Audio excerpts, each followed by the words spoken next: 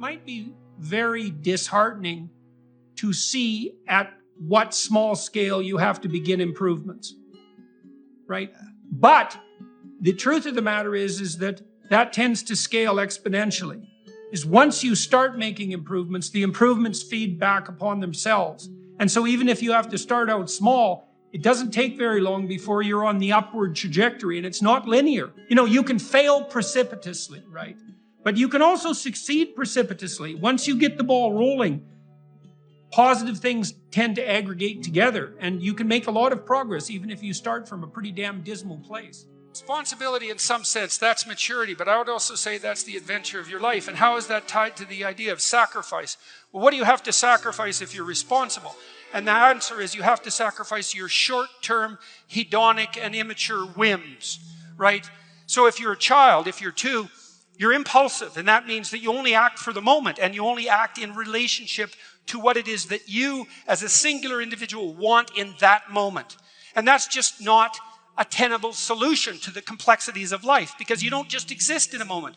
You exist as an iterated set of identities across time. You yourself are a community that extends across time, and you have to govern every action that you take in the present in relationship to the fact that you can do what you want tonight, man, but you got to put up with yourself tomorrow morning, and you got to put up with yourself for what you did tonight next week and next year and 5 years from now. And every single one of your actions is like that. And so in order to act properly, you have to sacrifice the impulsive gratification and the easy way out that's characteristic of the moment, and extend yourself across time so that you are acting in concert with the highest interest of yourself in the broadest possible range of contexts. And that's what it means to be an adult. And you do exactly the same thing with other people. In a relationship, in a marriage, you're not just who you say you are from moment to moment. You have to negotiate very carefully with your wife or with your husband on an ongoing basis, every week, every moment in some sense, while you're communicating, to understand not only how you can get what you need and you want, which may be necessary and important, especially in the long run, because you have to treat yourself properly, but so that you can do that in a way that your partner can also get what he or she needs and wants, in a way that makes both of you more likely to get what you need and want over the long span, and more so than you would get if you were alone. And if it wasn't the case, why would you bother with it? And then you have to incorporate children into that too, and that gets to be a more complex unity. So if there's 5 of you, well, how do you balance your individual needs and wants with that small collective? And that's the negotiation process that goes on in a family. And hopefully you do that too in the spirit of reciprocity and truth and love. And you take on that responsibility, and that's the core aspect of sacrifice, right? The great discovery of the human race. That's what sacrifice means. And you sacrifice the foolishness of yourself. You sacrifice the momentary foolishness of yourself to the highest good that you can possibly imagine. And there's nothing in that that isn't good, even though it's difficult. And that's not mere inhibition of those impulsive gratifications that, if only were allowed to be manifest fully, would set you free. Quite the contrary. You would have precisely the freedom of an extremely badly behaved 2-year-old. And that's no freedom at all, right? All that is freedom to wander in the street and get crushed by the first car that drives by. There's nothing in that that's proper. I've been embroiled in a lot of conflict, and I really don't like conflict. And I think the reason that I've been embroiled in so much is because I won't delay it. Like if there's an issue at hand, I want to address it right now. And the reason for that isn't that I enjoy it. In fact, I don't enjoy it at all. But what I really don't enjoy is prolonged conflict that never goes anywhere and that never ends. Yeah. And so conflict delayed is conflict amplified, right? Exactly It just grows on you. Yeah, exactly that. And that's one of the oldest stories that people have been telling each other forever, is that ignored things grow in the darkness outside the city until they become monstrous and break down the walls. And so you think, well, I'm afraid of listening, I'm afraid of hearing the problems. And that's fair enough. It's no wonder you're afraid.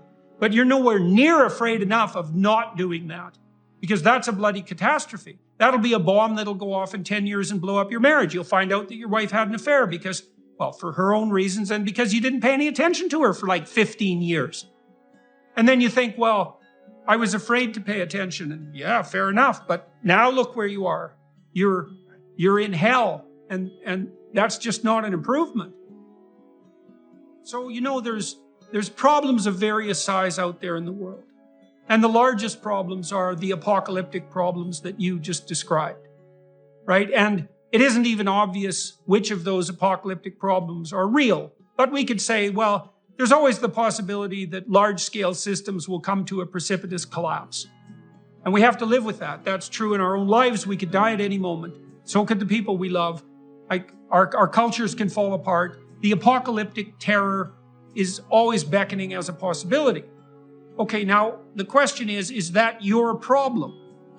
Now the answer... Can you do anything about it, right? Well, the answer is your own nervous system will tell you that. Because imagine that you're facing a problem that's so big that it paralyzes you and it turns you into a tyrant. Okay, that's too big a problem for you. Obviously. And what you have to do is you have to scale back the problem until you find a dragon that's a size that you're willing to contend with, that you'll actually contend with. And so, maybe you shouldn't be addressing the large-scale political problems of the world because your own house is a bloody catastrophe. And you watch the news and it paralyzes you and turns you into a ranting tyrant. And that means you're not the man for that job.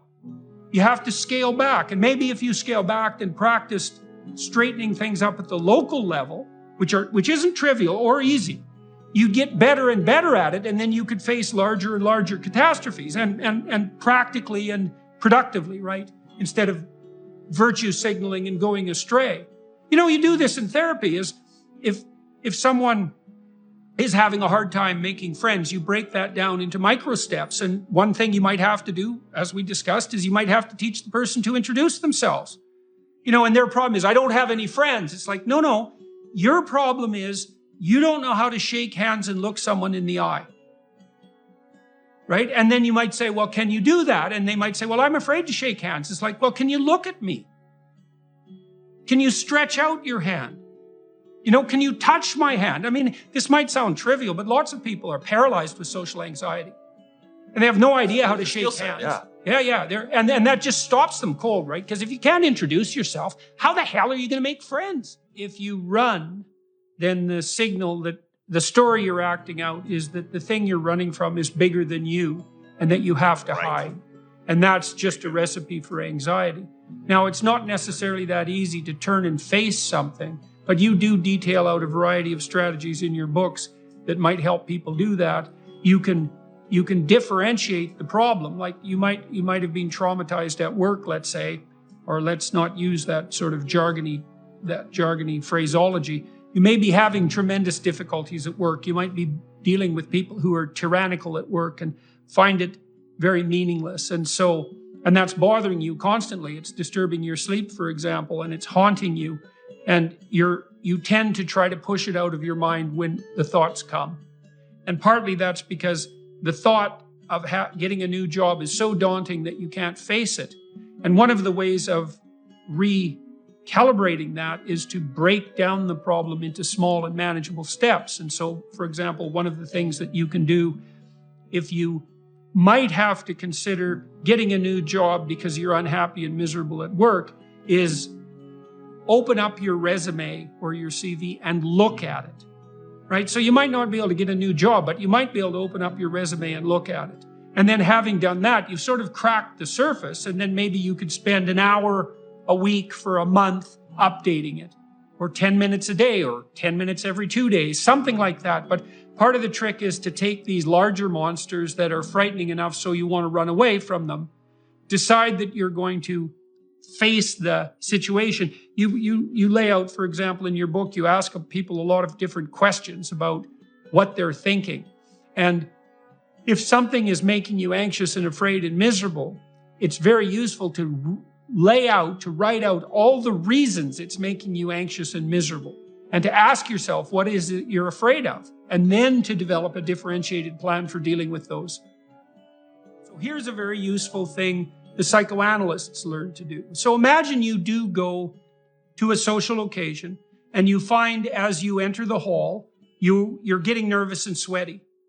Now, if you watch, this is why Carl Jung, for example, believed that we lived through a dream. We lived life through a dream. So, and that's a story. And so what you'll see is that if you if you feel that nervousness and you attend to it, a little drama will run in your head in images. You know, and it'll be something like, well, I'm going to go in here and no one's going to talk to me. And this will happen in pictures like a little movie. No one's going to talk to me, and I'm going to end up in the corner, and I'm going to be bored, and I'm going to be sweaty and hot, and it's going to be real uncomfortable. And it's just like this other time when I went to this social occasion and this terrible thing happened, and the whole drama will play out in your head. And then you think, oh, that's the problem. And then, well, then maybe you have someone to talk to about that fantasy. Or maybe because now you have the fantasy in front of you and you looked at it, you can think, well, wait a minute. As you said, wait a minute, wait a second. It isn't like that other situation.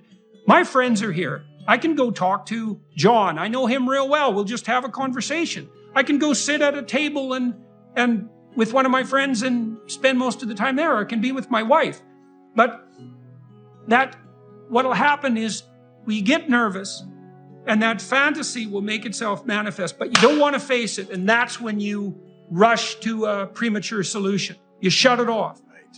Yeah. So what you're doing there is you're failing to allow the anxiety-ridden fantasy to make itself manifest.